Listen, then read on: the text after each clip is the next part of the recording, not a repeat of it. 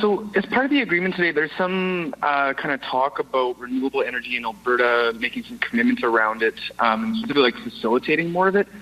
Should we take this as like a shift or even like an about face on wind and solar energy for your government, on the moratorium and the pristine viewscape protections from, I guess that was last year, even the year before? Well, there is no moratorium.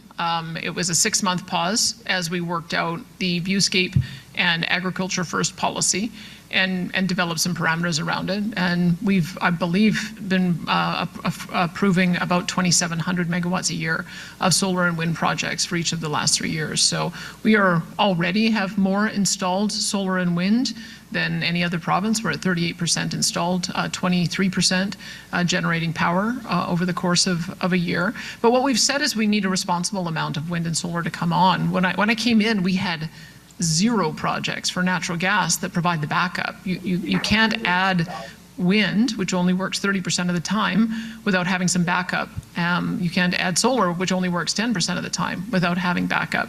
And so that was, the net zero power regs were impairing the success of our ability to bring those both on at the same time, because our natural gas producers, our power providers, were told that if they weren't 95% abated by 2035, there'd be the potential of jail time. So we weren't getting the balance that we needed. So we've always been supportive of having a responsible amount of intermittent fuels come on, but we're moving to a reliability market.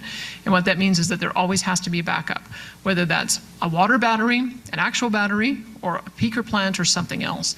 But I am particularly encouraged by geothermal. I went and visited the Ever site when I was in Germany, where they are providing heating to 36,000 homes, and they're engaged with us on our drilling accelerator, so that they can get to a depth, I think, of 10,000 to 15,000 meters, so that they can hit a pocket that's hot enough to be able to provide secure power. So if they can do that, then that, and master that, then we can roll that kind of technology out, not only all over Alberta, but also all over the world. So we think geothermal is perhaps more consistent with our geology, with our native talent around drilling, and with the expertise that we've already been able to develop, and it's also reliable power. So I'm agnostic on the type. They just have to be reliable, and as long as they can fit into that model, you'll see that we'll be very encouraged by it. The big thing that the Prime Minister was interested in was nuclear, and we've just finished our nuclear consultation. Headed by MLA Chantal de Jong.